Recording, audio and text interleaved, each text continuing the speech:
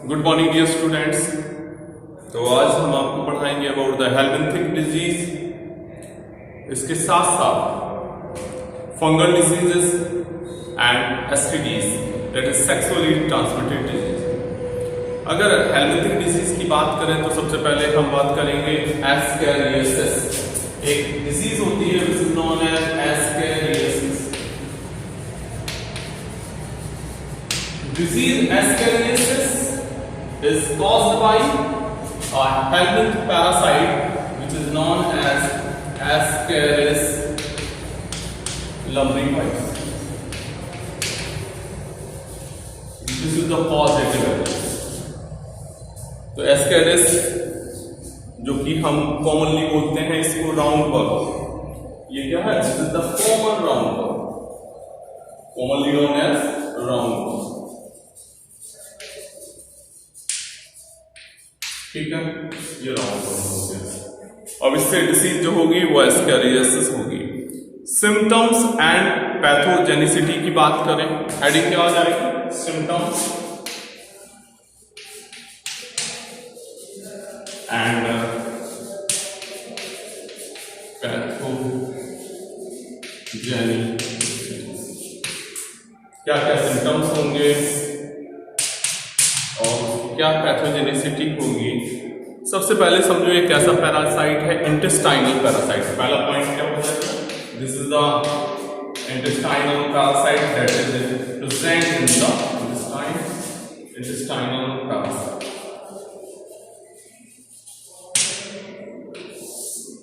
Intestinal parasite हो गया। Intestinal parasite के साथ साथ जो सिम्टम्स इसके हैं, इंटरनल ब्लीडिंग होगी।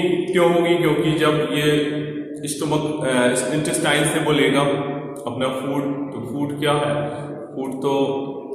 फूड के साथ साथ ये अटैचमेंट करेगा, तो हुक्स जो होंगे, हुक्स उस एरिया को, उन टिश्यूज को डैमेज करेंगे, इसलिए इंटरनल ब्लीडिंग होगी, मस्कुलर पेन होगा, fever, anaemia, blockage of the intestinal passage. अगर इनकी संख्या बहुत ज़्यादा बढ़ जाती है, क्या होगा? बहुत ज़्यादा बढ़ जाएगी तो क्या होगा कि जो इंटेस्टाइन का जो पैसेज है उसमें रुकावट हो जाएगी, क्योंकि ये लगातार बढ़ते जाएंगे तो वहाँ ब्लॉकेज करेंगे। अब जो एक्स होंगे जो पैरासाइट के, वो फीसेस जो होगा, जो पेशेंट होगा, पेशेंट जब एवैक्यूएशन करेगा तो जो फीकल मैटर है तो इन्फेक्टेड पर्सन से कंटेमिनेटेड वाटर के थ्रू, सॉइल एटसेट्रा के थ्रू फिर से उसके एग्स किसी भी हेल्दी पर्सन को जा सकते हैं। अगर जैसे आपने देखा बहुत से लोग सब्जी जो है धुल के नहीं खाते हैं, सीधा खेत से निकाला खा लिया, तो उस कंडीशन में क्या हो सकता है कि इट में भी उसमें क्या हो, इसके एस्केरिस के एग्स हों। अगर वो एस्केरिस के एग्स उसमें चले जाएंगे फूड के थ्रू उसके अंदर, तो ये क्या करेगा? एस्केरियोसिस, ये जो एस्केरिस होगा वो अपना लाइफ साइकिल शुरू कर देगा और एस्केरियोसिस डिजीज करेगा। दवाओं की बात की जाए, एल्बेंडाजोल, मेबेंडाजोल ये इसकी बेस्ट दवाएं हैं। इसके अलावा आइवरमेक्टिन एक दवा होती है, वो भी इसमें दी जाती है। पिप्राजिन साइट्रेट एक दवा होती है, वो भी बहुत ज़्यादा यूज की जाती है। ठीक है, तो ये सब हैं जो कि यूज किए जाते हैं। अब बात करेंगे दूसरी डिजीज की, which is known as elephantiasis, which is also known as filariasis. दूसरी डिजीज देखो, दूसरी डिजीज है एलिफेंटियासिस और फाइलेरियासिस। दूसरी डिजीज कौन सी होगी? एलिफेंटियासिस और फाइलेरियासिस, दो नाम है। इसका पॉजिटिव एजेंट देखो, बुचरेरिया, बैंक्रॉफ्टाई, बुचरेरिया बैंक्रॉफ्टी और बुचरेरिया मलाई, ये इसका पॉजिटिव एजेंट है। ठीक है, जिसको हम फाइलेरियल वर्ड भी करेंगे, ये कॉमनली क्या किस नाम से जाना जाएगा? फाइलेरिया करेगा, इसलिए ये क्या है? Filarial word. इस डिजीज को फाइलेरियासिस क्यों कहते हैं? क्योंकि ये किससे होगा? फाइलेरिया वर्म से होगा। और एलिफेंटियसिस क्यों कहते हैं? क्योंकि इससे इन्फेक्टेड जो लोग होंगे उनका जो पैर होगा या जहाँ भी ये ग्रोथ करेंगे वो हिस्सा काफ़ी ज़्यादा फूल जाता है, वहाँ स्वेलिंग आ जाती है, इन्फ्लामेशन हो जाता है। That's why this disease is known as elephantiasis. उस डिजीज को हम क्या कहेंगे? एलिफेंटियसिस कहेंगे। ये बात आप अच्छे से दिमाग में रखना, ठीक है। अगर सिम्टम्स एंड पैथोजेनिसिटी की बात करें इस डिजीज की, तो ये slowly developing chronic inflammation of the organs, ये धीरे धीरे होने वाला एक क्रोनिक इन्फ्लामेशन है ऑर्गन्स का। और ये जो पैरासाइट होता है बुचरेलिया, ये बहुत सालों तक जिंदा रह सकता है। इसीलिए आपने देखा होगा एक बार ठीक भी हो जाए फाइलेरिया, फिर से ये डेवलप हो सकता है। और ये लिम्फेटिक वेसल के साथ साथ लोअर जो लिम्स हैं उनमें ये सबसे ज़्यादा पाया जाता है। जो जेनाइटल ऑर्गन्स हैं वो भी कभी कभी अक्सर अफेक्टेड होते हैं, जिसकी वजह से वहाँ डिफॉर्मिटीज़ हो जाती है। जहाँ क्या, जिससे क्या हो जाती है? डिफॉर्मिटीज़ हो जाती है, ठीक है। ये इसका ट्रांसमिशन जो होता है वो, इसका जो ट्रांसमिशन जो होगा वो किसके थ्रू होगा? एक मॉस्किटो होता है which is known as Culex. इसको ट्रांसमिट करने वाला क्यूलेक्स होता है। एक मॉस्किटो है जिसका नाम क्या है? क्यूलेक्स। क्यूलेक्स जो है ये उसको कैरियर कहेंगे, वेक्टर कह सकते हैं। फीमेल मॉस्किटो जो है वो क्यूलेक्स इसके थ्रू जाता है। ट्रांसमिशन की बात करें तो इसका आप लोग स्क्रीनशॉट ले लो।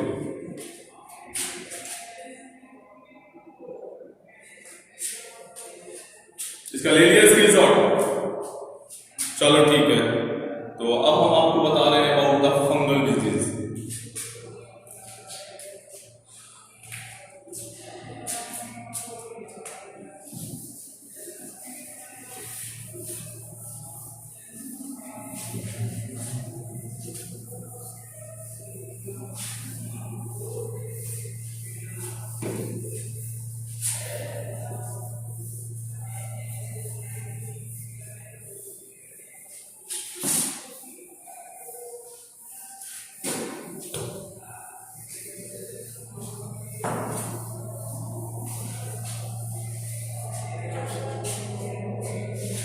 हेडिकल फंगल डिजीज।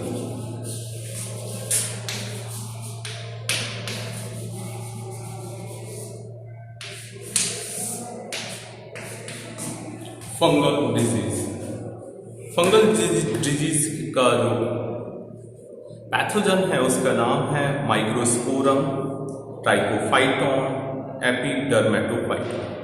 देखो माइक्रोस्पोरम, पैथोजन की बात करें माइक्रोस्पोरम, ठीक है। दूसरा हो जाएगा ट्राइकोफाइटॉन। कौन कौन से नोट कर लिया आपने? ट्राइकोफाइटॉन कर लिया और माइक्रोस्पोरम कर लिया, और एक और है वो नोट करो, एंड एपिडर्मोफाइटॉन।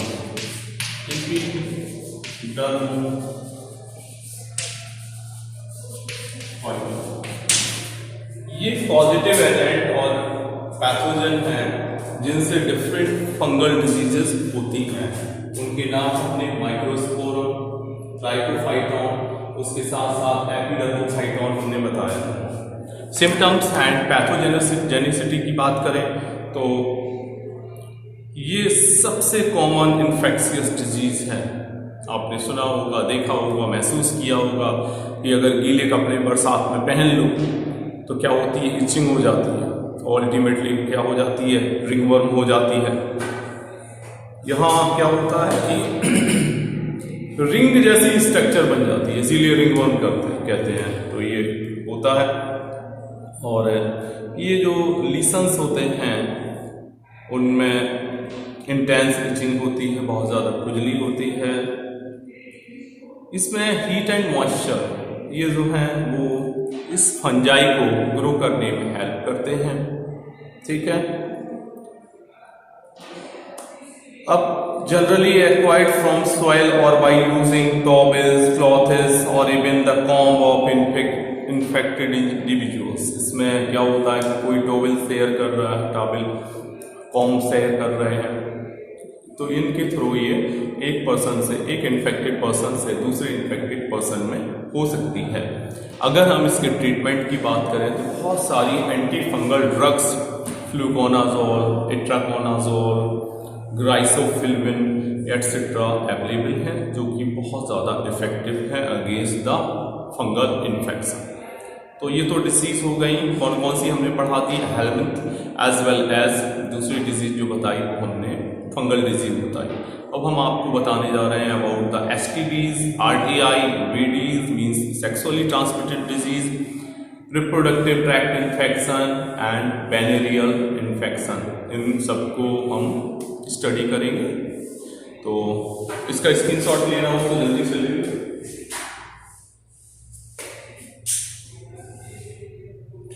तो अब हमारा टॉपिक है सेक्सुअली ट्रांसमिटेड डिजीज।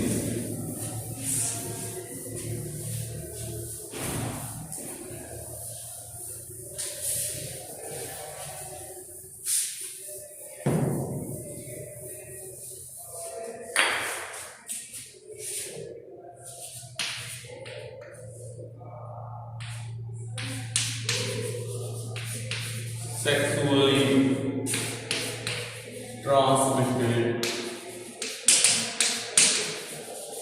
diseases, जिसको हम कहेंगे STDs। इनके और भी नाम हैं। एक नाम है RTI, जिसको कहते हैं रिप्रोडक्टिव ट्रैक्ट इन्फेक्शन। क्या बोलोगे? Reproductive tract infection.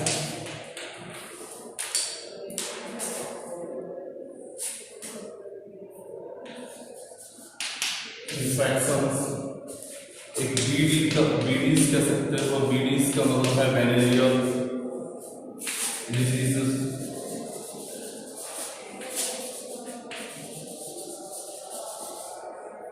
In disease के बारे में आप प्रीवियसली पढ़ चुके हो। जब हम आपको रिप्रोडक्टिव हेल्थ बता रहे थे चैप्टर, उसमें ये सब हम आपको बता चुके हैं। केवल हम कर क्या रहे हैं, आपको नेम ऑफ एसटीडीज, कौन कौन सी एसटीडीज हैं और उनके पॉजिटिव एजेंट कौन कौन से होंगे उनको हम बता रहे हैं। देखो वन बाई वन देख लो कौन कौन सी एसटीडीज हैं और पॉजिटिव एजेंट उनके क्या हो जाएंगे। सबसे पहले बात करेंगे गोनोरिया, इसकी करेंगे गोनोरिया।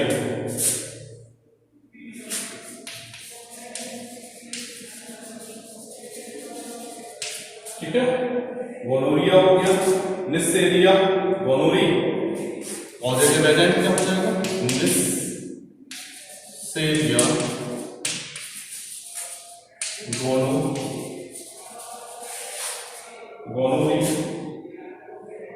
ठीक है, this is the bacterial disease, this is the bacterium, आप देख सकते हो। ठीक है, ये बैक्टीरियम हो गया गोनोरिया। अब देखो आगे देखो, एक बैक्टीरियम और बता रहे हैं सिफिलिस। सिफिलिस भी पढ़ाया था आपको अच्छे से हमने। सिफिलिस भी एक एसटीडी है, इसका पॉजिटिव एजेंट है ट्रोपोनेमा पैलिडम, ट्रोपोनेमा पैलिडम। ठीक है, treponema pallidum is the cause. This is also a bacterium, this is also a bacterium. इसके अलावा कुछ हम बता रहे हैं वायरल, जेनाइटल हर्पीज है, जेनाइटल वार्ड्स, दो डिजीज लिख दो। एक तो हो गई जेनाइटल हर्पीज, दूसरा हो जाएगा जेनाइटल वार्ड्स। ठीक है। तो जेनाइटल हर्पीज का हम बता चुके थे, कई बार बताया। हर्पीज सिंप्लेक्स वायरस है, HSV, herpes simplex virus, herpes simplex virus, ठीक है। और जेनाइटल वार्ड का देखो क्या होगा, ह्यूमन पैपिलोमा वायरस, क्या हो जाएगा, ह्यूमन पैपिलोमा वायरस, ठीक है। ये तो हो गए कौन से वायरल, ये इसमें लिखो आप, क्या लिखो, वायरस लिखो, दीज आर वायरस, ये भी वायरस और ये भी वायरस। इसके बाद पांचवी आप नोट करो, पांचवी है ट्राइकोमोनियसिस, क्या लिखोगे, ट्राइकोमोनियसिस, एक नाम और होता है ट्राइकोमोनियसिस का, और करके लिख लो वेजाइनाइटिस, क्योंकि वेजाइना से रिलेटेड है, आइटिस जोड़ देंगे तो क्या हो जाएगा, वेजाइनाइटिस। इसका जो पॉजिटिव एजेंट है एक प्रोटोजोअन पैरासाइट है which is known as Trichomonas vaginalis, Trichomonas vaginalis, this is the positive agent and this is the protozoan। Last disease हम लिखने जा रहे हैं, 6 वन जिसका नाम है क्लेमाइडियसिस,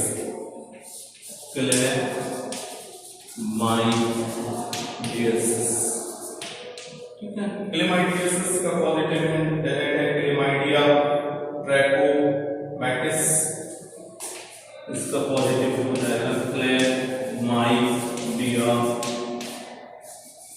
ट्रैकोमैटिस,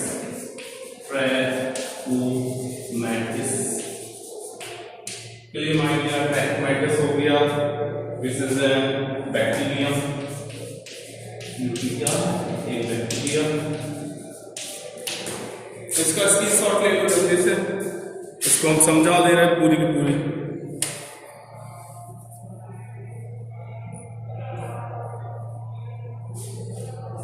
पहला जो है गोनोरिया है, गोनोरिया का जो पॉजिटिव एजेंट होगा निस्सेरिया गोनोरी है जो कि बैक्टीरियल ओरिजिन का है।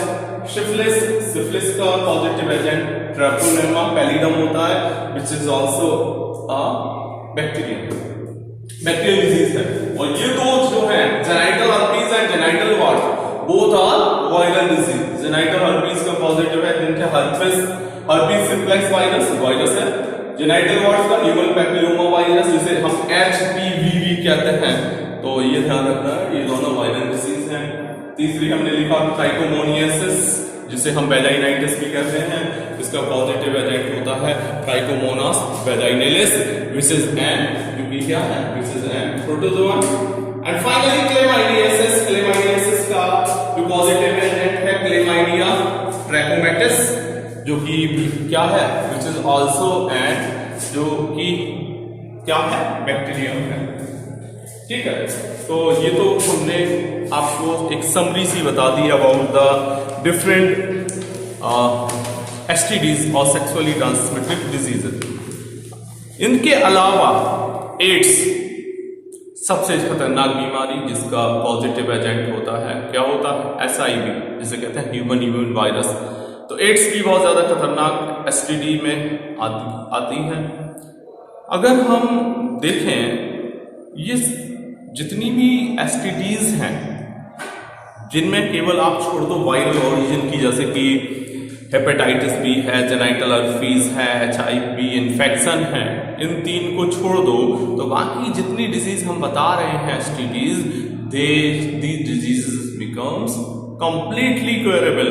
ये पूरी की पूरी अच्छी तरह से सही हो सकती हैं, वो शर्तें कि इन डिजीज का जो ट्रीटमेंट है वो प्रॉपरली किया जाए। अगर प्रॉपरली किया जाएगा तो ये जो डिजीज हैं these diseases are completely curable। In diseases से सबसे बड़ी बात होती है कि बहुत सारी चीजें कॉम्प्लिकेशंस होते हैं, जैसे पीआईडी हमने बताया था, जिसको बताया था पीआईडी का मतलब पैल्विक इन्फ्लामेटरी डिजीजेस हो जाती हैं। पैल्विक तो जानते होंगे, पेक्टोरल ये वाला हिस्सा होता है, नीचे वाला हिस्सा पैल्विक होता है। तो पैल्विक जो पार्ट है उसमें इन्फ्लामेशन हो जाता है, और पीआईडी किनको होता है? केवल फीमेल को होता है, ठीक है। पीआईडी के अलावा एबॉर्शंस भी होते हैं। अगर किसी को सेक्सुअली ट्रांसमिटेड डिजीज है तो मिसकैरेज या एबॉर्शन के भी चांसेस बनते हैं, और स्टिल बर्थ भी हो सकता है। एक्टोपिक प्रेगनेंसीज, ये बहुत ज्यादा इंपॉर्टेंट टर्म बोल रहे हैं।